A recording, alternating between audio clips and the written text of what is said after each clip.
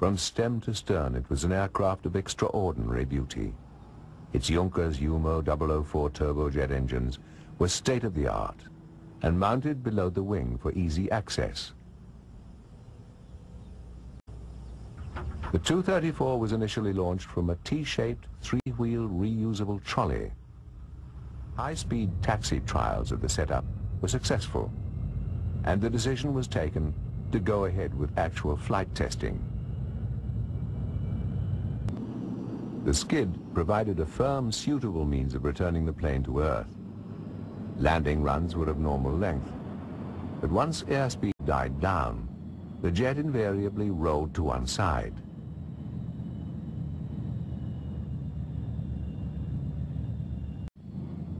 In some tests, the trolley landing gear was fixed, but proved too heavy for the jet and performance worsened.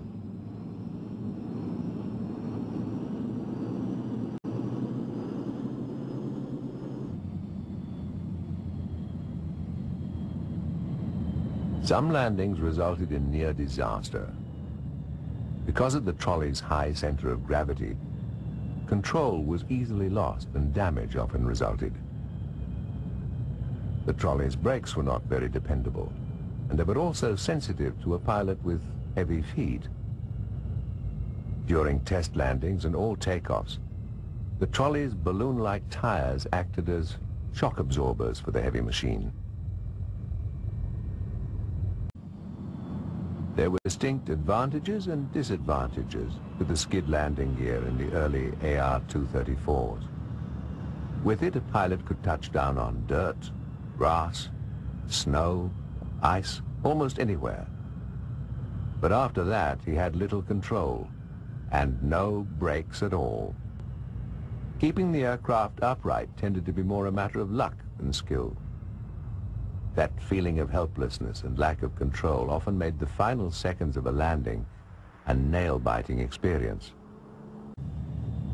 Nevertheless, hundreds of successful landings on all kinds of surfaces proved the skid functionally practical. In order to quell some of the concerns over braking, several test planes were fitted with a drag chute which deployed as soon as the aircraft hit the ground.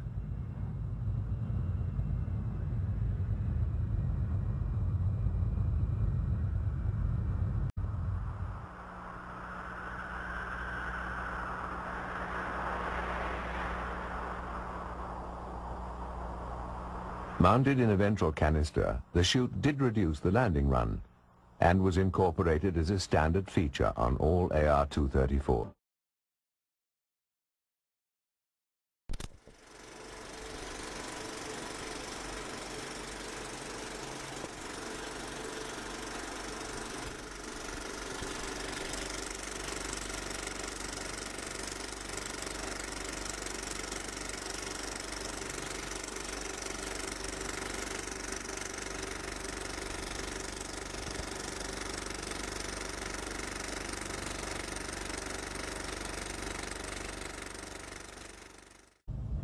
Due to the scarcity of Junkers Jumo 004 jet engines, many having gone to the Messerschmitt 262, Arado turned to BMW for its new 4-engined AR-234.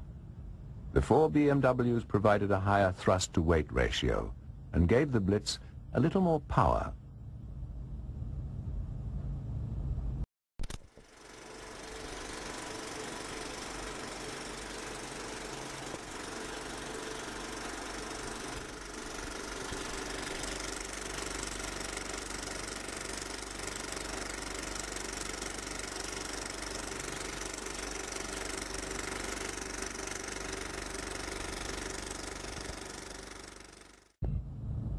Early uncertainties about the skid gear led Arado to redesign the aircraft with a conventional tricycle arrangement. The resulting AR-234B, slightly larger but otherwise unchanged, had sturdy, retractable landing gear.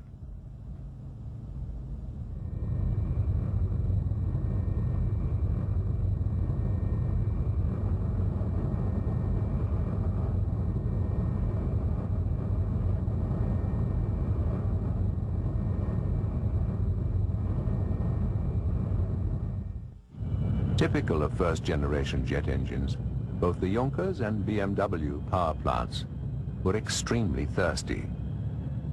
Range was always important, and in attempts to extend the Blitz's short time aloft, jettisonable 66-gallon fuel tanks were suspended from racks under the engines.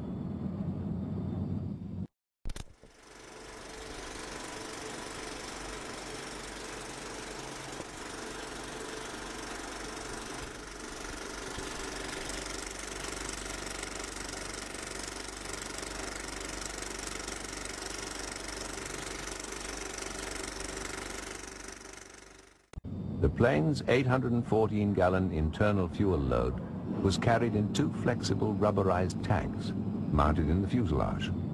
Maximum range varied between 415 miles at sea level and nearly 1,000 miles at 30,000 feet.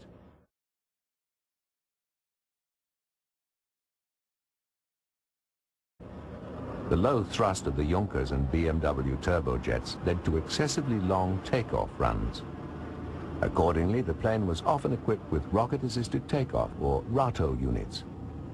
Each provided an extra 1,100 pounds of thrust.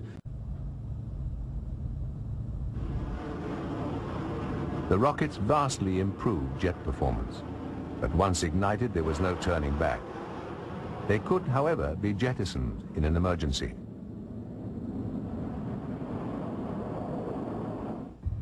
In normal operation following rocket burnout, the units were jettisoned by the pilot. But they had to release in unison because a hung rocket could send an imbalanced plane out of control. The RATO eggs were then recovered and prepared for reuse in a matter of hours.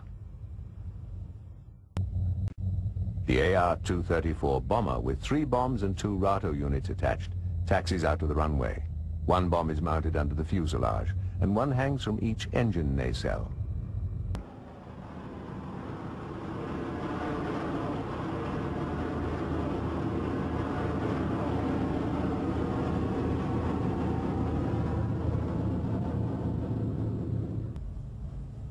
In October 1944, this Blitz was still a novelty. Pilot Horst Goetz is seen preparing for a reconnaissance mission over Allied targets, while the ground crew and casual observers cluster around the plane's transparent nose. The AR-234 was only vulnerable to attack during takeoff or landing. And this did happen. Both American and British fighters claimed AR-234 kills. Most were surprise attacks against unsuspecting Luftwaffe flyers who only realized the danger when it was too late.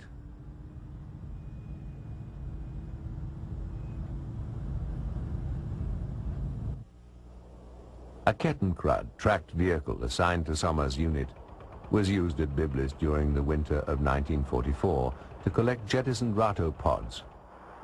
Sommer's covered AR-234 endured heavy snowfalls. Landings and takeoffs from this facility were dangerous because of the narrow slot, leaving no room for human or mechanical failure.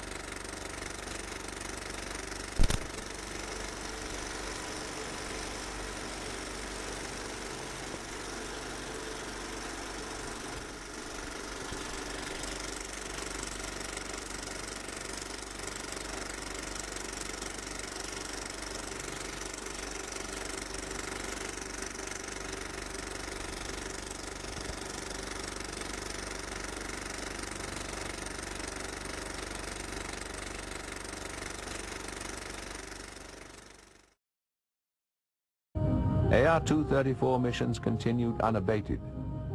As a bomber, it attacked the Allies at Remagen. The Blitz's speed made it one of the only German weapons left that could operate with relative impunity.